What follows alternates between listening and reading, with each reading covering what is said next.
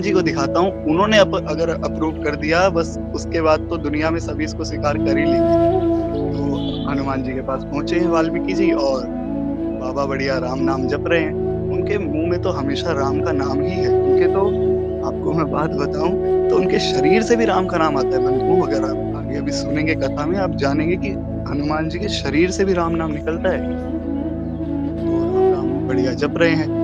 अच्छा वाल्मीकि जी आए, अब ब्राह्मण आए हैं तो उनका आदर सत्कार किया और किया तो अब दोनों भक्त बैठे हैं तो भगवत चर्चा चलेगी। चर्चा चली राम जी के चरित्र पर, राम जी के जीवन पर, तो वाल्मीकि जी ने कहा, "अरे हाँ, बाबा मैं बताना ही भूल गया, मैं रामायण मैंने लिखी है, तो वो मैं आपको दिखाने आया था।" तो हनुमान जी बहुत प्रसन्न हुए।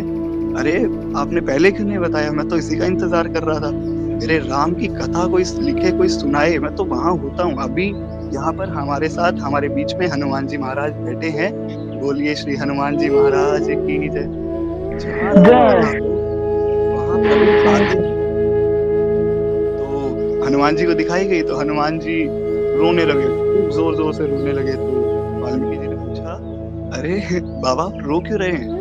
हनुमान जी ने बोला, "इतनी प्यारी राम कथा लिखी आपने।" अरे प्रेम से अगर आप बंधुओं प्रेम से एक बार राम नाम ले दो ना, हनुमान जी दौड़े चले आते हैं, रोते हैं। राम का नाम सुनते ही उनका जो भाव है वो इतना ज़्यादा है कि वो राम नाम सुनते ही रोने लग जाते हैं। तो अब दिखाई तो अब हनुमान जी रो रहे हैं तो वाल्मीकि जी को भी रोना आ गया। दोनों ने एक-दूसरे को गले से लगाया और हनुमान जी कुछ भी नहीं बोले, बस उनको गले से लगा लिया। हनुमान जी बोले कि वैसे तो मैंने भी एक लिखी थी रामायण पर आपकी रामायण के सामने मेरी रामायण तो कुछ भी नहीं है। तो वाल्मीकि जी बोले, "अरे! ऐसा क्यों कह रहे हो बाबा मुझे दिखाओ मैं भी देखना चाहता हूँ।" तो हनुमान जी बोले, "देखो भैया मेरे पास ये कलम वगैरह से लिखने का समय तो है नहीं, मैं ठहरा राम भक्त, मैं तो अपना मस्त रहता हूँ, तो मैंने पत्थरों पे मैं बैठा था, पहाड़ों पे, मैंने वहाँ ही लिख दी अपने नाख़ून से।" तो वाल्मीकि जी बोले, "हाँ, दिखाइए।" तो उन्हें सागर के तट पर लेके गए। अच्छा वहाँ पे वाल्मीकि जी ने देखा बड़े-बड़े विशाल पत्थर, शिलाएँ, उन पर हनुमान जी ने अपने नाख़ूनों से राम कथा लिखी। वाल्मीकि जी ने जब पढ़ी तो आधी पढ़ी, वाल्मीकि जी फूट-फूट कर रोने लगे। पूरी पढ़ी तो उनके चरणों में गिर गए कि अरे! ये आपने क्या लिख दिया? हनुमान जी बोले, "क्यों अच्छी नहीं लगी आपको?" वाल्मीकि जी बोले, "अच्छी? अरे! इसके सामने तो मेरी राम कथा चल ही नहीं सकती। अगर बाज़ार में मेरी रामायण और आपकी राम कथा ले जाएँ तो ये तो फ़ेल हो जाएगी जाते ही।" तो हनुमान जी ने देखा कि एक संत, एक भक्त मेरी वज़ह से रो रहा है, उन्होंने शिलाएँ उठाई और समुद्र में फेंक दी। बिना कुछ सोचे-समझे समुद्र में फेंक दी। ये हमारे हनुमान जी का स्वभाव है। तो वाल्मीकि जी ने पूछा, "अरे बाबा ये क्या कर दिया आपने?" उन्होंने कहा, "मेरी वज़ह से कोई भक्त रोए, कोई राम का भक्त अगर मेरी वज़ह से रोए, मैं ये चाहता ही नहीं हूँ।" हनुमान जी का स्वभाव ही ऐसा है। एक बहुत प्यारा प्रसंग याद आया आपको सुनाऊँ। हुआ क्या एक बार जब हनुमान जी को जामवंत जी ने उनकी शक्तियाँ याद दिलाई, तो हनुमान जी को याद आया कि हाँ, मतलब मुझे राम कार्य करना है। तो हनुमान जी जब उड़ने लगे, लंका की तरफ जाने लगे, उससे पहले क्या हुआ, हनुमान जी ने सभी को ये कहा जितने भी वानर थे, अब देखिए हनुमान जी अकेले ही काफ़ी थे, पूरी लंका समाप्त कर सकते थे हनुमान जी, इवन कि रावण को भी मार सकते थे। तो उन्हें उन वानरों की ज़रूरत तो थी नहीं, वो तो ये भी कह सकते थे कि तुम जाओ, तुम वापस चले जाओ और राम जी को कह देना कि आपका कार्य संपन्न हो जाएगा।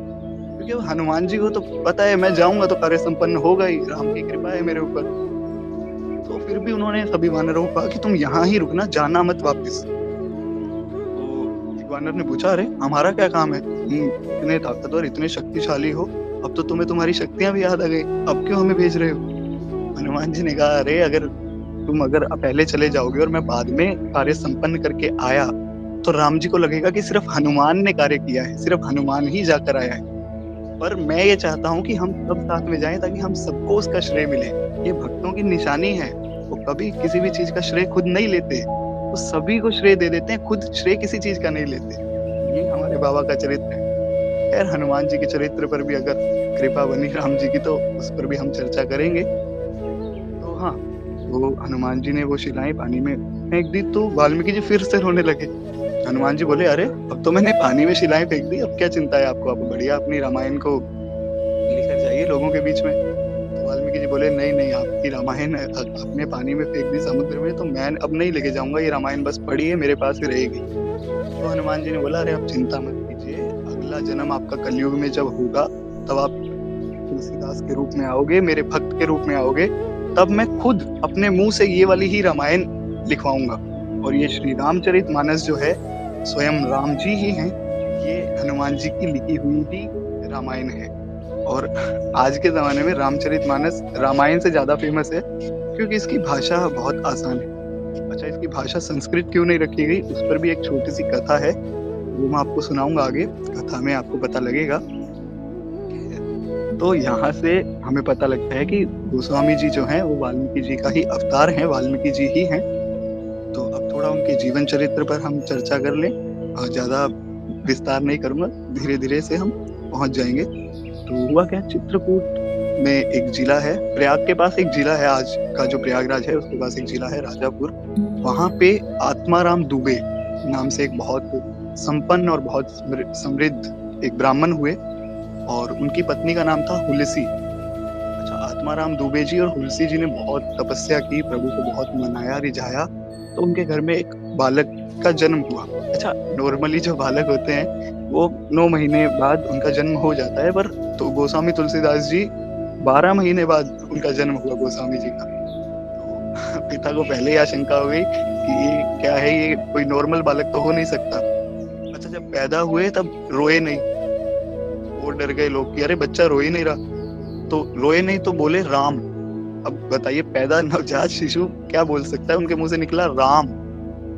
तो अब यहाँ से देखिए, अगर हम लोग हों तो हमें तो लगे कि देखो इतने बड़े भक्त पैदा हुए जो मुंह से राम बोल रहे हैं पैदा होते, पर माया में डूबा जो संसार है ये सोचता है कि जिसने राम नाम बोला है वो मूर्ख है, वो असुर है।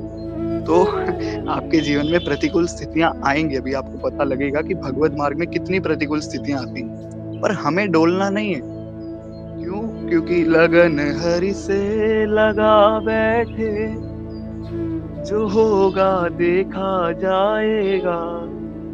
जब लगन आपने हरि से लगा ली तो फिर डरने की बात ही नहीं। हाँ, प्रतिकूल स्थितियां आएंगी पर उनसे प्रेम बढ़ता है प्रभु के प्रति। तो अब राम बोले तो सब डर गए। अच्छा, मुंह में 32 के 32 दांत और शरीर ऐसा जैसे कोई 5 साल का बच्चा हो, वो भी एकदम रिष्ट पुष्ट बालक।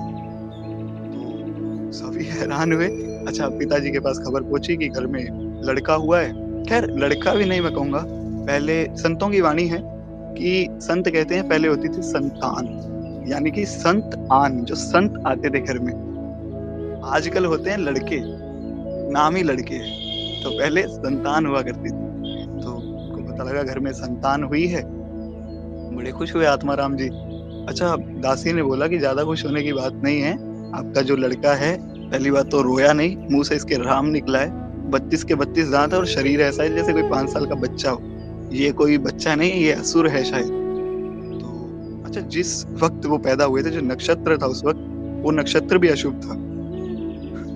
तो जन्म हुआ था गोस्वामी जी का श्रावण मास में, शुक्ल पक्ष की सप्तमी तिथि थी, उस दिन उनका जन्म हुआ था। तो नक्षत्र भी, जिस नक्षत्र में पैदा हुए थे वो अशुभ था। तो पिताजी भयभीत हो गए कि मेरे घर में इतने वर्षों बाद तो कोई बालक पैदा हुआ है, इतनी तपस्या के बाद कोई पैदा हुआ है, और देखो ये भी असुर है। तो बड़े जो लोग थे उनसे बातचीत हुई और बड़े लोगों ने कहा कि देखो ऐसे बच्चे ज्यादा नहीं जीते हैं, ये 3-4 साल बाद मर जाते हैं, तो ये भी 3-4 साल बाद मर जाएगा। अगर ना मरा तो आप इसका संस्कार वगैरह कर देना, अभी कुछ भी मत करो। अच्छा, माँ डर गई, क्योंकि देखिए क्या है, शास्त्र क्या बताते हैं, अनेक जन्मार्जितम पुण्यम कृष्ण भक्ति प्रजायते। अनेक जन्मों के जब पुण्य उदय हो जाते हैं तब कृष्ण भक्ति मिलती है हमें, तब राम भक्ति मिलती है। तो अब माँ थी भक्त, माँ को पता था कि ये मेरे घर में कोई साधारण बच्चा नहीं है, असुर भी नहीं है, ये संत है, माँ जानती थी, पर लोग नहीं जानते थे। तो माँ डर गई कि कहीं ऐसा ना हो कि मेरी मृत्यु के बाद ये मेरे बच्चे को यमुना जी में तैरा दें। तो ऐसा करती हूँ, मैं दासी के हाथ इसको सौंप देती हूँ। क्योंकि अब देखिए, इतने बड़े संत की माँ है, उनको अपनी देह त्याग की तिथि का पता था। तो उन्होंने दासी को बुलाया, दासी का नाम था चुनिया। चुनिया को बुलाया और उसको गहने और अपने जेवर वगैरह कपड़े सब दे दिए कि तुम ऐसा करो, ये लोग ये गहने वगैरह ले लो और ये मेरे लड़के का पालन पोषण करना, यहाँ पे ये लोग इसे मार देंगे, तो ये जो मेरा बालक है इसका पालन पोषण वो आपको करना है। तो चुनिया ने देखा कि उनकी तबीयत बहुत खराब थी, तो चुनिया ने पूछा कि आपकी ठकुरानी, आपकी तबीयत थोड़ी खराब लग रही है। उन्होंने कहा बस मेरा देह त्याग का समय आ गया है, तुम जितनी जल्दी हो सके इसे यहाँ से ले जाओ तो चुनिया उन्हें अपने ससुराल ले गई और वहाँ पे अपना पालन पोषण करने लगी। अच्छा, सप्तमी को गोस्वामी जी का जन्म हुआ और 4 दिन बाद यानी एकादशी की तिथि को उनकी माता श्री का गोलोकवास हो गया। पिताजी और पक्के हो गए कि देखो, जो बच्चा अपनी माँ को पैदा होते ही खा गया वो मेरे क्या हित में होगा, अच्छा है चला गया। तो पिता के मन में ये भावना आ गई। अब आगे पिता का क्या होगा वो आप जानेंगे। तो खैर, अब वहां पे चुनिया बढ़िया पालन पोषण करने लगी। अच्छा, पैदा होते ही गोस्वामी जी ने बोला था राम, तो उनका नाम रख दिया गया राम बोला।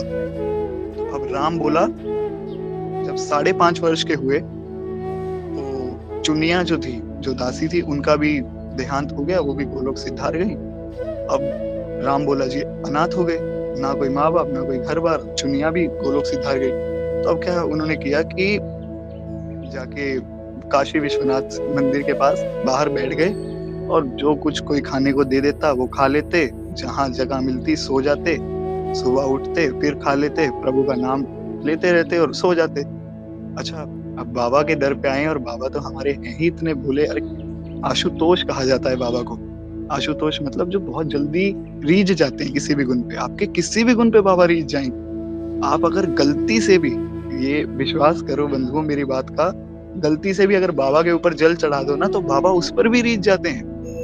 गलती अगर आप द्वेष भावना से भी शिव जी पर कोई दूध या जल चढ़ा देता है तो भी रीझ जाते हैं, इतने भोले हैं। इसलिए तो परम राम भक्त कहा जाता है इन्हें, क्योंकि राम जी कहते हैं कि निर्मल मन जन सो मोह पावा, मोहे कपट छल छिद्र न भावा।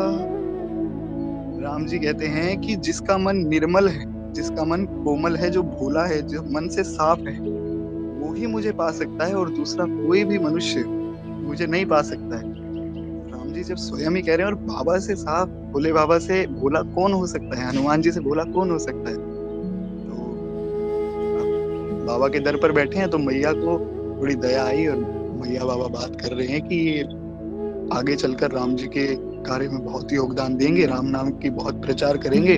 तो मैया ने कहा कि ऐसे इनको कुछ भी कोई खाने को दे जाता है, कितने कमजोर हुए पड़े हैं। माँ का दिल तो देखिए, माँ का दिल है।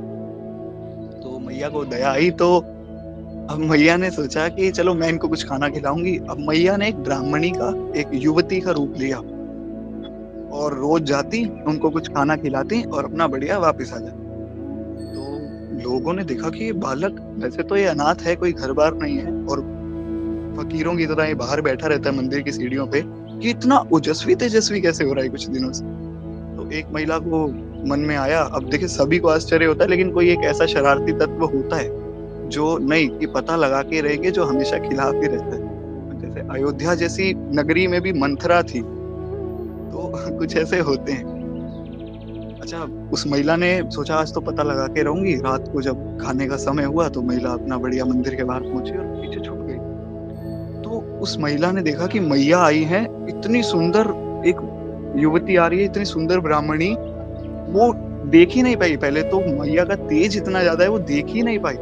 पर फिर मैया की कृपा हुई, उसको दर्शन मिले और उसने देखा कि इतनी सुंदर एक युवती, क्योंकि मैया का कंपैरिजन तो कहाँ है, भी बाबा की कृपा है उस महिला पे, कोई कृपा ही है, वरना वो कहाँ मैया को देखने लायक।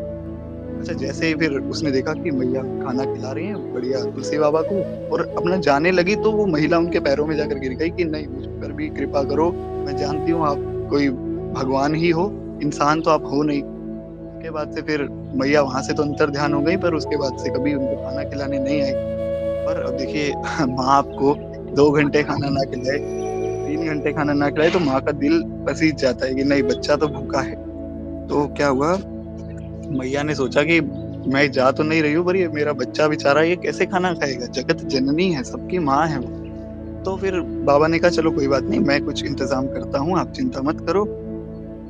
तो अब बाबा ने सोचा कि इनको किसी संत से मिलवाया जाए, अब समय आ गया है और इनको शिक्षा दिलवानी चाहिए। तो बाबा गए श्री नरहरियानंद जी के पास। अयोध्या धाम में श्री नरहरियानंद जी बहुत प्रसिद्ध संत हुए। उनके पास बाबा गए और उनको कहा कि अमुक स्थान पे, अमुक जगह पे एक बहुत बड़ा राम भक्त बैठा है, तो आप जाइए और उसको लेकर आइए, उसको वेदाध्ययन करवाइए, सभी वेदों शास्त्रों की शिक्षा दीजिए और उसका उद्धार कीजिए। अच्छा, गुरु के बिना देखिए हम कभी भी जीवन में आगे नहीं बढ़ सकते हैं, वो आपको आगे पता लगेगा गुरु की क्या महिमा है हमारे जीवन में। तो अब नरहरियानंद जी गए और उन्होंने जब देखा गोस्वामी जी को, देखते ही आंखों में से अश्रु बह रहे हैं, गले लगा लिया गोस्वामी जी को। 5.5 साल का बच्चा, इतना तेजस्वी, इतना ओजस्वी, और बाबा भी रोने लगे, तुलसी बाबा रोने लगे जोर जोर से कि आज मुझे सच्चा गुरु मिल गया। और नरहरियानंद जी रो रहे हैं कि मुझे सच्चा शिष्य मिल गया। तो आज एक भक्त और भगवान का मिलन जैसे होता है, वैसे एक गुरु और शिष्य का मिलन हुआ और दो रो रहे हैं। नरहरियानंद जी उन्हें ले गए अपने साथ अयोध्या धाम। तो अयोध्या धाम पहुंचे तो उन्हें संतों से मिलवाया और संतों की शरण ग्रहण की है। तो देखिए अब भगवत चर्चा तो चलेगी, क्योंकि देखिए संतों की शरण पहले तो मिलती नहीं, अगर मिल जाए फिर जीवन सफल हो जाता है। आपको एक छोटा सा प्रसंग सुनाऊं। एक बार क्या हुआ, जब हनुमान जी लंका पहुंचे थे तो उन्होंने देखा कि यार लंका में राम नाम की आवाज कहाँ से आ रही है। मतलब रावण जैसा पापी दुराचारी, और इसकी लंका में भी सभी पापी, सभी तामसिक लोग हैं, राम कौन बोल रहा है। तो उड़ रहे हैं, उड़ते उड़ते उन्होंने देखा, नीचे देखा, मतलब विभीषण जी का भवन था, वहां से आवाज आ रही थी। तो सोचा कि ये किसका भवन है यार, जाकर देखता हूँ। अच्छा, बाहर भी राम लिखा हुआ था। इसलिए हमारे बड़े घर के कहते थे कि घर के बाहर हमेशा कोई भी प्रभु का नाम लिखना चाहिए, चाहे वो हरे कृष्ण महामंत्र हो या राम नाम हो, कृष्ण नाम हो, हमेशा घर के बाहर राम नाम या कृष्ण नाम लिखा रहना चाहिए। कभी भी आप जाएं, अभी तो खैर आजकल तो हम मॉडर्न होने के नाम पे बेवकूफ होते जा रहे हैं, संस्कृति हमारी भूलते जा रहे हैं। पर आप गांव में अगर हो, कई गांव हैं ऐसे छत्तीसगढ़ वगैरह में जहाँ पे अभी भी धर्म का पूरा पालन किया जाता है, वहां पे घरों के बाहर राम नाम लिखा होता है, प्रभु के चित्र बने होते हैं बढ़िया बढ़िया। तो अब हनुमान जी ने जब बाहर से देखा तो हनुमान जी पहचान गए कि हाँ, यहाँ कोई सच्चा राम भक्त ही है। अब देखिए हनुमान जी हैं, कोई हर अरे गरे नत्थु खैरे को थोड़ी दर्शन देंगे। तो जब देखा राम भक्त है तो फिर अंदर गए कि हाँ, अब मुझे जा सकता हूँ, मैं इसका दर्शन दे सकता हूँ। तो जब विभीषण जी तो राम नाम जप रहे थे, जब पीछे मुड़ के देखा कि हनुमान जी साक्षात खड़े हैं, तो पहले तो पहचाना नहीं। तो बोले कि हे कपिराज, आप कौन हैं और आप इस लंका में कैसे आए। तो हनुमान जी ने बताया कि मैं राम भक्त हनुमान हूँ और राम जी के इस कार्य से मैं लंका में आया हूँ। वहां पर साष्टांग दंडवत प्रणाम किया विभीषण जी ने, रोने लगे, उनको गले से लगा लिया। बोले हे हनुमान जी महाराज, मैं तो यही सोचता रहता था आज तक कि मैं रावण जैसे दुराचारी का भाई हूँ, इतने तामसिक लोगों के बीच में बैठा हूँ, तो मुझ पर राम कैसे कृपा करेंगे। मैं तो रोता रहता था कि राम मुझ पर कृपा कभी नहीं करेंगे। पर आप आज आए हो तो मुझे विश्वास हो गया है कि राम जी की कृपा के बिना संत नहीं मिलते हैं। ये बात विभीषण जी ने बोली है, रामचरितमानस आप पढ़े, उसमें ये बात लिखी है। गोस्वामी जी लिखते हैं, बहुत ध्यान से सुनिएगा कि अब मोहे भरोसा हनुमंता, बिनु हरि कृपा बिलहि नाहि संता। आप में से कोई सुंदरकांड का पाठ करता हो तो उसमें भी ये पंक्ति आती है। तो विभीषण जी ने कहा कि हरि की कृपा के बिना तो संत मिलते ही नहीं। आज हम सब भक्त इकट्ठे हुए हैं तो ये हरि की कृपा नहीं है तो क्या है। हम लोग इस लायक नहीं है कि हम संतों का संग कर सके, तो हरि की कृपा है जो हमें संतों का संग दिलाती है। तो हाँ, कथा में हम चलते हैं आगे। तो वहां पे उन्हें संतों का संग मिला। अब संतों का संग मिला तो भगवत चर्चा हुई तो वहां पे उन्हें पूरा ज्ञान वगैरह दिया गया, सभी वेद शास्त्र सिखाए गए। अच्छा, वेद शास्त्र सिखाने से पहले जब उन्हें पूछा गया कि आपको कुछ बोलना आता है, अब 5.5 साल का बच्चा क्या बोलेगा, उसको कोई मंत्र वगैरह अगर आप सिखा भी दोगे घर में तो भी वो तोतली आवाज में बोलेगा। पर गोस्वामी जी को तो सिखाने वाला ही कोई नहीं था, दासी के घर में रहे, दासी को क्या पता राम नाम की महिमा, और बाद में मंदिर के बाहर बैठे रहते थे। पर फिर भी गोस्वामी जी से जब संतों ने पूछा तो गोस्वामी जी ने गायत्री मंत्र बिना रुके एकदम स्पष्ट बोला, एकदम साफ आवाज में। संत चकित रह गए कि इतना सा बच्चा इतना शुद्ध उच्चारण कैसे कर रहा है। संतों ने तभी पहचान लिया कि ये कोई साधारण नहीं है, ये बहुत बड़ा राम भक्त है, राम जी का शुद्ध भक्त है। ऊँट के पांव पालने में दिख जाते हैं, तो संतों ने पहचान लिया।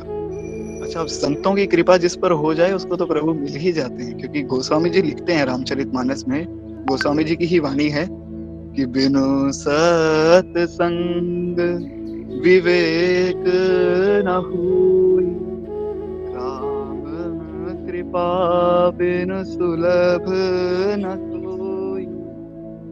तो गोस्वामी जी कहते हैं कि सत्संग के बिना विवेक नहीं आता। आप कितना भी पढ़ लो, कितना भी ज्ञान ले लो, पूरा आप सारे संसार का ज्ञान ले लो, चाहे वेद शास्त्र भी पढ़ लो, आध्यात्मिक ज्ञान भी ले लो, पर अगर सत्संग नहीं है सब बेकार है। अरे महाराज, रावण से बड़ा ज्ञानी तो कोई नहीं था। रावण बंधुओं इतना बड़ा ज्ञानी था, चारों वेदों का ज्ञाता था। कोई देवताओं में ऐसा नहीं हुआ जो रावण की टक्कर में हो, रावण को परास्त कर दे, ऐसा देवताओं में कोई पैदा नहीं हुआ। इतना बड़ा ज्ञानी था रावण, चारों वेदों का ज्ञाता। अरे महाराज, जटाटवी कलच बल प्रवाह पावितस्थले गले व लंबे लंबिता, रावण ने पूरा शिव तांडव स्तोत्र लिखा है। अभी पूरा तो मैं खैर नहीं सुना सकता हूँ, हाँ मैं सुनाऊंगा किसी दिन आपको, जब बाबा की हम कोई कथा करेंगे तो मैं जरूर सुनाऊंगा। रावण ने पूरा शिव तांडव स्तोत्र लिखा है, और जब मैं पढ़ता हूँ शिव तांडव स्तोत्र, आप मानोगे नहीं, इतनी ऊर्जा आती है मेरे अंदर, मैं बता नहीं सकता हूँ। मैं पहले जब सीख रहा था ये शिव तांडव स्तोत्रम, तो थोड़ी दिक्कतें मुझे आई, लेकिन जब मैंने पूरा सीख लिया तो इतनी ऊर्जा मेरे अंदर आने लगी उस दिन से। बहुत बहुत ज्यादा ऊर्जा इसमें, बहुत तेज है रावण की वाणी। परंतु सत्संग नहीं था। सत्संग था विभीषण का, पर उसने पहचाना नहीं कि ये संत का संग है, उसका फायदा नहीं उठाया, और देखिए रावण की गति आप जानते हैं।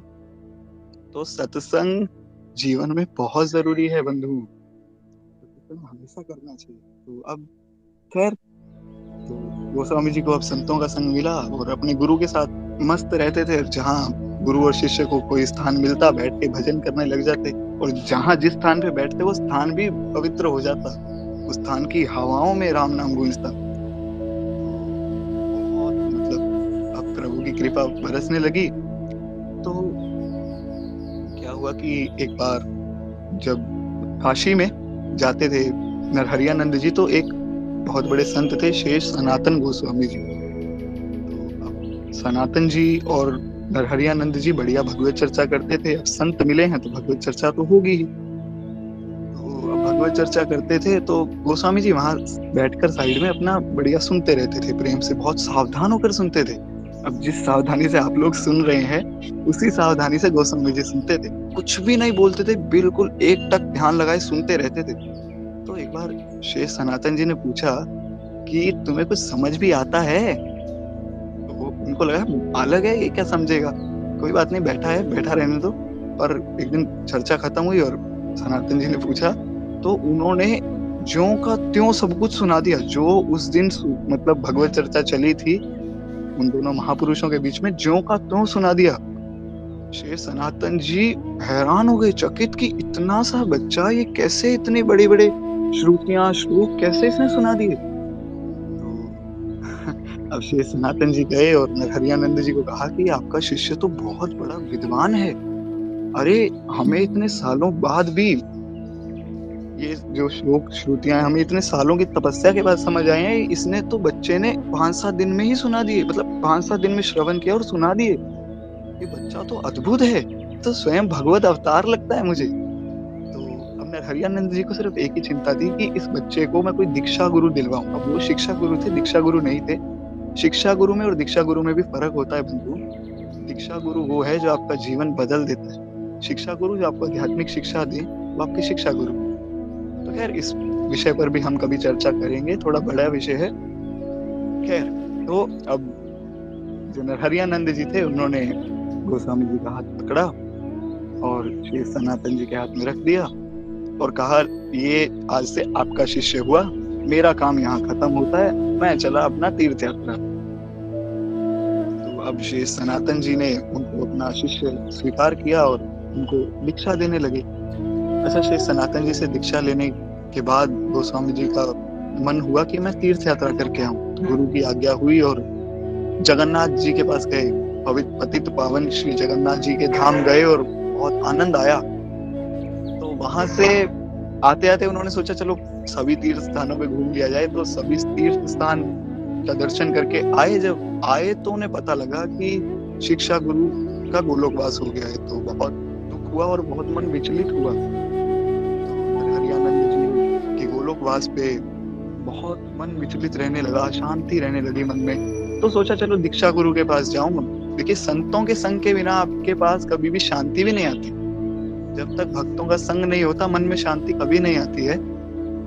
तो दीक्षा गुरु के पास जाने लगे। वहाँ जाने लगे तो रास्ते में पता लगा कि दीक्षा गुरु जी भी गोलोक चले गए। अब तो गोस्वामी जी को लगा कि ये राम बोला, ये तुलसीदास फिर से अनाथ हो गए।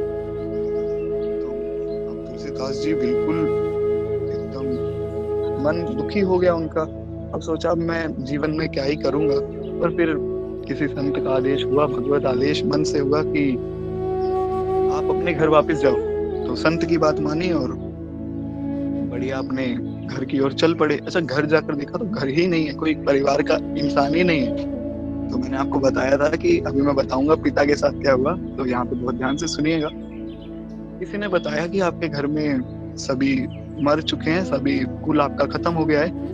तो पीछे एक संत बैठे थे पेड़ के नीचे और उन्होंने बताया कि बहुत अच्छा हुआ, ऐसे कुल का तो विनाश हो जाना चाहिए जहाँ पे इतने बड़े संत की कोई इज्जत नहीं है। अरे इतना बड़ा भक्त घर में पैदा हुआ है और जो लोग ये सोच रहे हैं कि ये असुर है, उनका तो विनाश ही अच्छा है। तो अब सभी गोलोक सिधार गए थे। अच्छा मैं यहाँ पे बार बार ये क्यों कह रहा हूँ गोलोक सिधार गए थे, क्योंकि देखिए जो चुनिया थी, दासी थी, वो गोलोक जाने लायक नहीं थी। पर गोस्वामी जी को उसने पाला है, तो इतने बड़े भक्त को पाला है, तो गोलोक जाएगी ही जाएगी। घर वाले क्यों गए? गोस्वामी जी उनके घर में आए थे, गांव वालों ने उनका दर्शन कर लिया था। भक्तों का दर्शन ही जीवन सफल बना देता है।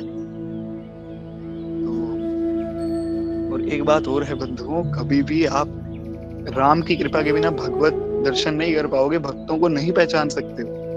राम कहते हैं अहम भक्तां पराधीनाम, मैं भक्तों के अधीन हूँ। अगर मुझे जानना है तो भक्त्या माम भी जाना थी। गोविंद गीता में कह रहे हैं कि केवल मेरा भक्त ही मुझे जानता है। तुम मुझे जानना चाहते हो, मेरे भक्त के थ्रू ही मुझे जान सकते हो, और मेरे भक्त को मेरे थ्रू जान सकते हो। तो राम को राम के भक्त ही मिला सकते हैं राम से, और राम के भक्त से राम ही मिला सकते हैं। तो जिस वक्त आपको राम की कृपा पानी है, जिस वक्त आपको ये एहसास करना है कि राम की कृपा हो रही है या नहीं, ये सोच लेना कि क्या मेरे आसपास कोई भक्त है या नहीं। अगर आपके मन में आए कि हाँ मेरे पास भक्तों का संग है, तो मतलब राम की कृपा हो रही है, राम बहुत जल्दी मिलने वाले। आप सबको मैं आश्वासन देता हूँ, बहुत जल्दी आपको प्रभु मिलेंगे। तो खैर अब बढ़िया उन्होंने श्राद्ध वगैरह किया सभी घर वालों का, और तर्पण वगैरह किया, और फिर मन तो विचलित ही था। तो सोचा कि ऐसा करता हूँ, यहाँ ही बैठकर अपने गुरु जी का ध्यान करके और यहाँ ही राम कथा थोड़ी बहुत गा लेता हूँ, और तो मैं क्या ही कर सकता हूँ। अच्छा पेड़ के नीचे बैठ गए, गुरु का ध्यान किया। अच्छा गुरु का ध्यान किया तो एक ब्राह्मण सामने से आए, ब्राह्मण आए और ब्राह्मण ने कहा कि मुझे भगवत आदेश हुआ है, भोले बाबा का आदेश हुआ है कि मेरी सुकन्या है उसका विवाह आपसे करवाना है। गोस्वामी जी बोले राम जी को, अरे प्रभु इतना दुख तुमने मुझे अभी कम दिया है जो ये भी परीक्षा लेने आ गए। अरे थोड़ा सांस तो लेने दो मुझे।